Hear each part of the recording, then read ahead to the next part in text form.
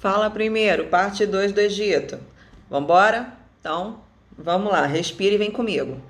Estávamos no slide número 5, vamos para o slide de número 6. Então, vamos lá. Aí no slide de número 6 ela vai falar sobre a importância da religião. Por quê? No Egito, a religião justificava praticamente qualquer coisa. Isso incluía o poder do faraó. O faraó ele era visto como a encarnação de Ra. Ra é o deus do sol.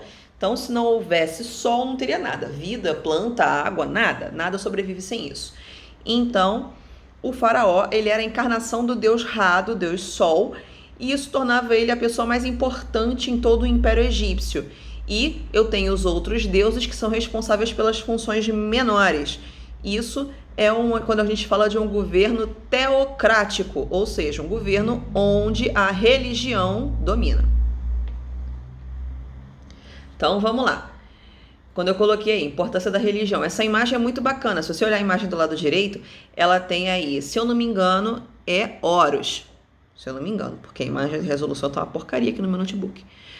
Se eu não me engano, é Horus. E nas laterais, né, tanto do lado esquerdo quanto do lado direito dessa imagem, eu tenho aí hieróglifos, que são esses bichinhos, esses desenhozinhos aí, que é o idioma que é utilizado, a escrita dos egípcios durante muitos anos. Mais para frente vocês vão descobrir que o Egito não utilizava somente os hieróglifos, eles usavam 3 tipos de escrita diferentes. A galera não gostava de brincar pouco, mas a gente vai chegar lá. Vamos lá. Na religião, eles são politeístas e as suas divindades possuem características antroposomórficas. Eu sei, o nome é um palavrão horroroso, mas graças a Deus vocês já ouviram falar disso, né? Quem foi meu aluno. O que é antroposomórfica? Esses deuses, eles têm a mistura.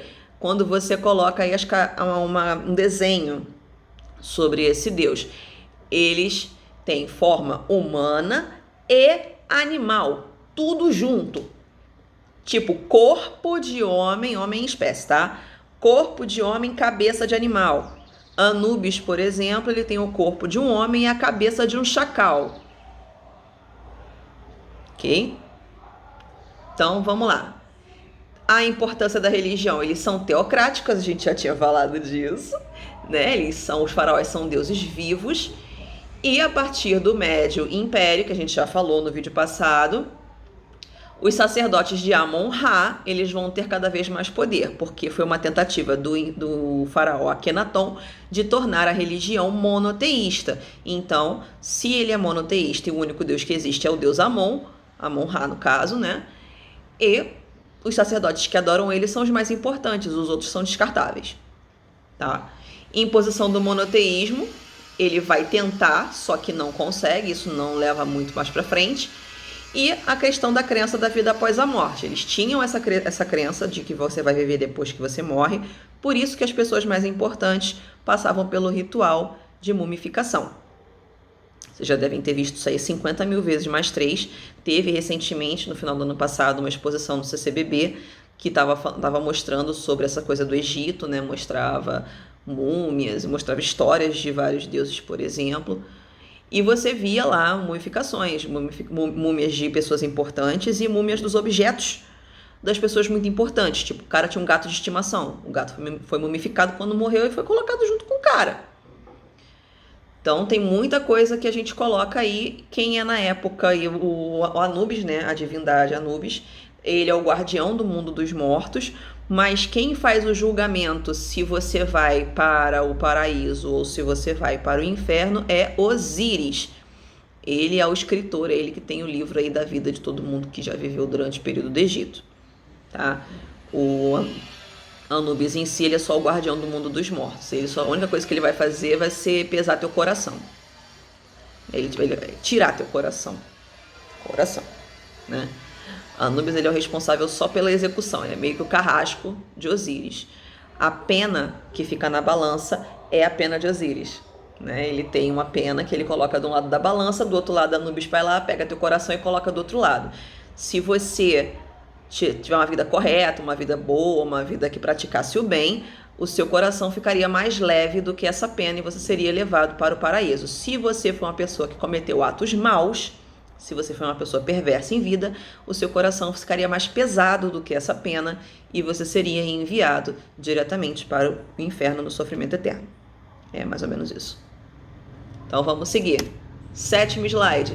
Tem aí o guia prático do mundo dos mortos, onde você vai ver aí no meio dessa imagem, no meio da balança, inclusive, Anubis. Anubis é o mais fácil de você identificar, porque tem uns que são muito parecidos, tipo é um falcão e uma coruja. Então, fica difícil de identificar, mas Anubis, chacal só tem ele, então é fácil de identificar quando você olha uma imagem. E aí nessa imagem você tem Anubis literalmente no meio da balança, fazendo o julgamento, né? A execução do julgamento, provavelmente desse camarada que está à direita. Né? Ele foi levado até a balança de Osíris para fazer a pesagem se ele vai seguir para a vida após a morte, do lado bom ou do lado ruim da vida. Né? Depende aí do coração dele, se ele vai ser pesado para o bem ou para o mal. Isso era uma coisa muito bacana, aquele momento curiosidade de spoiler da brincadeira. Os faraós, muitas vezes, eles tinham seu coração tirado durante o processo de mumificação. Todos eles eram tirados, né? Os órgãos internos todos eram removidos, mas o coração em particular ele era normalmente descartado, porque o faraó, na maioria das vezes, ele era um cara muito, muito cruel, né? Ele era um tirano. E se ele levasse esse coração de fato para a balança, ele fatidicamente não iria para o céu.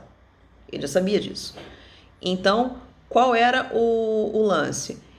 Eles tiravam, né, eles descartavam mesmo, jogavam fora o coração e no próprio processo de mumificação eles colocavam tipo um escaravelhozinho, desse tamanho assim, esculpiam numa pedra, né, o formato de escaravelho e colocava como se fosse o coração do cara.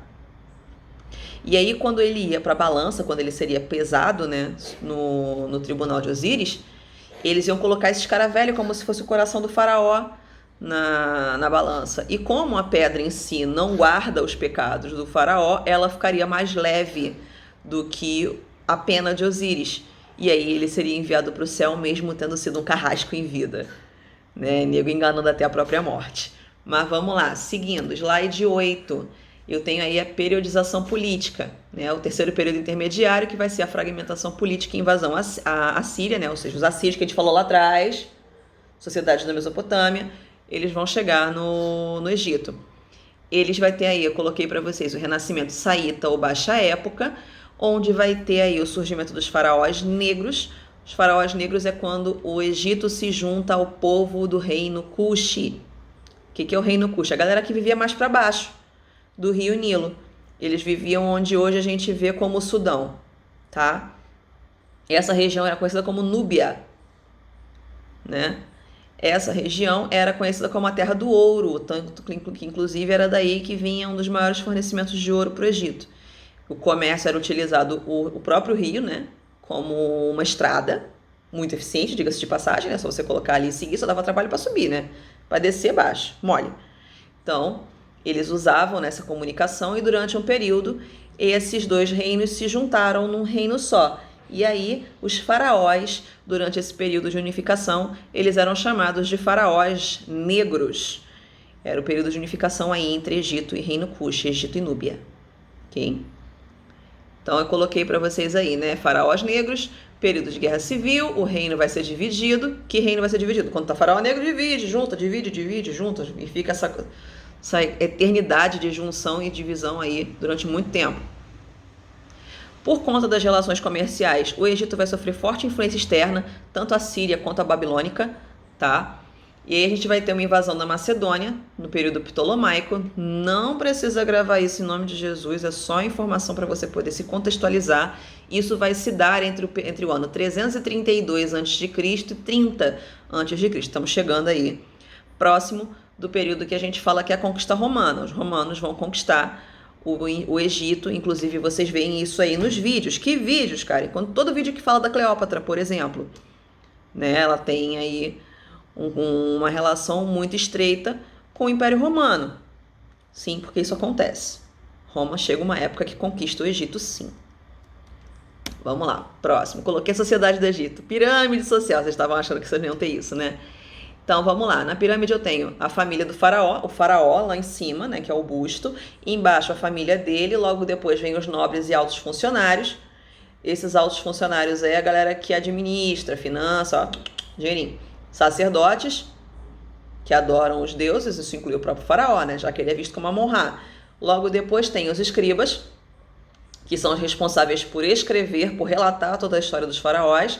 Logo depois eu tenho aí os camponeses e artesãos, a galera que é a maior parcela da população, né? Que vai trabalhar a terra com agricultura e pecuária.